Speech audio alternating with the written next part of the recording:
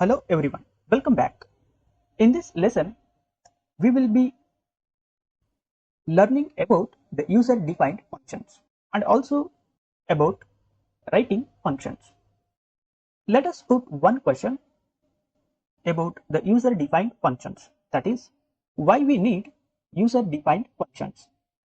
As the number of statements within our block of code increases, the code becomes more difficult to manage. A single block of code that does all the work itself is called monolithic code. Monolithic code that is long and complex is undesirable for several reasons. The first one is it is difficult to write correctly. And the second reason is it is difficult to debug. And the third reason is it is difficult to extend. Hence, for that reason, we can write our own functions to divide our code into more manageable pieces. Using a divide and conquer strategy, we can decompose a complicated block of code into several simpler functions. The original code that can do its job by delegating the work to these functions. This process is known as functional decomposition. Besides their code organization aspects, functions allow us to bundle functionality into reusable parts. While we should capitalize on library functions as much as possible, often we need a function exhibiting customer behavior unavailable in any standard function. Fortunately, we can create our own functions. Once created, we can use or call these functions in numerous places within a program. If the function's purpose is general enough and we write the functions properly, we can reuse the function in other programs as well. So, functions which are created by the programmers explicitly according to the requirement are called the user-defined function. Here we can see how to create an user-defined function. An ordinary function definition consists of 4 parts. The first one is the def keyword, means define keyword, which introduces a definition of the function. Next we have the name of the function. The name is an identifier.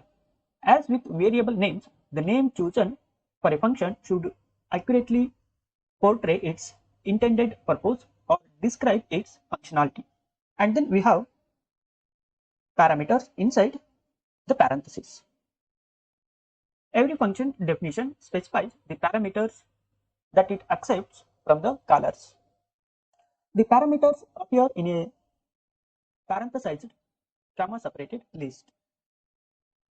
The list of parameters is empty if the function requires no information from the code that calls the function. A colon follows the separator and the parameter list. Next we have a block or the body of the function. Every function definition has a block of intended statements, and this block of code must be indented properly inside the function, and this block of code constitutes the function's body. The body contains the code to execute when callers invoke the function. The code within the body is responsible for producing the result, if any, to return to the caller. And finally, we have the return value. Return value is the output of the function. A function usually accepts some values from its caller and returns a result back to its caller. While defining a function, we use 2 keywords. The function defining keyword, that is def, which is mandatory, and the return keyword, which is an optional. In Python, no need to specify curly braces for the function body. The only indentation is essential to separate code blocks. Otherwise, we will get an error. Let us see how to create an user-defined functions practically in our editor. Let us create a function to double a given number. Use the define keyword def and then double, and then inside the parameters we are using one parameter, and then inside the function we are using the return statement, and end of the return statement we are using one expression which returns the twice the given number, means double of a given number, 2 into the given number. And then we are calling the function with the value 3 with an instance object. So here x is used by the caller to call the function double. This double function will perform the operation to double a given number which accepts from the user, and after performing the double operation, this double function returns an output. So this output will be stored back to the user's variable or the client variable x. And finally, we are printing the client variable or an instance object to see the value or the output stored in the client variable or in the instance object, that is x. Let us run this cell and see the result. Here we can see the result 6. 2 into 3 is nothing but 6.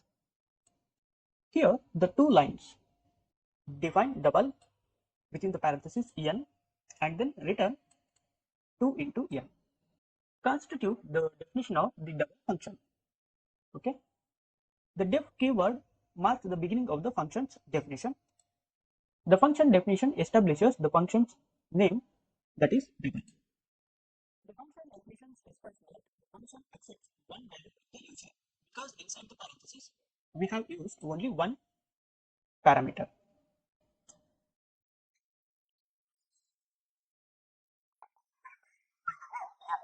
Within the function's body, and this variable n is the function's only parameter. The statements that constitute the working part of the function definition are indented relative to the line containing the def. So here the return statement has been indented by 4 spaces, that is standard indentation. The return keyword indicates the value the function is to communicate by to its caller. In this case, the function simply returns the product of its parameter n and 2. The code that follows the double function's definition is x is equal to double 3. Here we are calling the function with the value 3 and printing the result. This x is equal to double calls or invokes the functions, sending it the value 3. The assignment statement binds the function's computed return value to the variable x. The program can use x as it sees. In this case, the program simply prints the x value. Let us see how the program flow runs with the help of the flow chart. The program's execution begins with the first line in the naked black, that is the black that is not part of the function definition. The program thus executes the assignment statement that calls the double function with the argument 3, that is x is equal to double 3. Before the assignment can happen, the program's execution transfers to the body of the double function. Means before we call the function, this function definition will be evaluated by the interpreter. The code within the double executes, which simply returns the product of 2 and the parameter passed in. When the double is finished, control is passed back to the point in the code where it was called. So we have called double. Now the control flow will move back to the function where it has been called, that is double, means from here to here. In this case, effectively evaluating the expression double. within the parenthesis we have the value 3, and the performance result is 6. The assignment operator then assigns the value 6, which is obtained from the double function, to the variable x. The program finally prints the value of x, evaluated to be 6. The same can be seen here in the flow diagram. First, we are calling the function with the variable x, which is assigned by the function double with the value 3. Then this double function will perform the operation 2 into n. So we assign the value 3, then the double function will perform the operation 2 into 3, and then 6 will be returned back to the caller, and which is stored in the variable x. Okay, look at here, the value has been returned back to the user program line. Okay, program line. And then we are using the print statement. This print statement again recall the value assigned for the variable x. The value assigned for the variable is nothing but 6.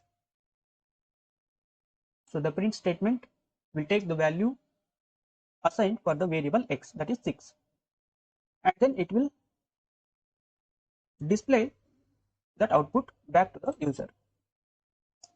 So that is nothing but 6. So this is how the function call works in user defined functions. And it is important to note that a program executes code within a function only when the function is called. So this is how we can create the user defined function in Python. Thanks for watching this lesson. In the next lesson, we will see how to create a function without any parameters.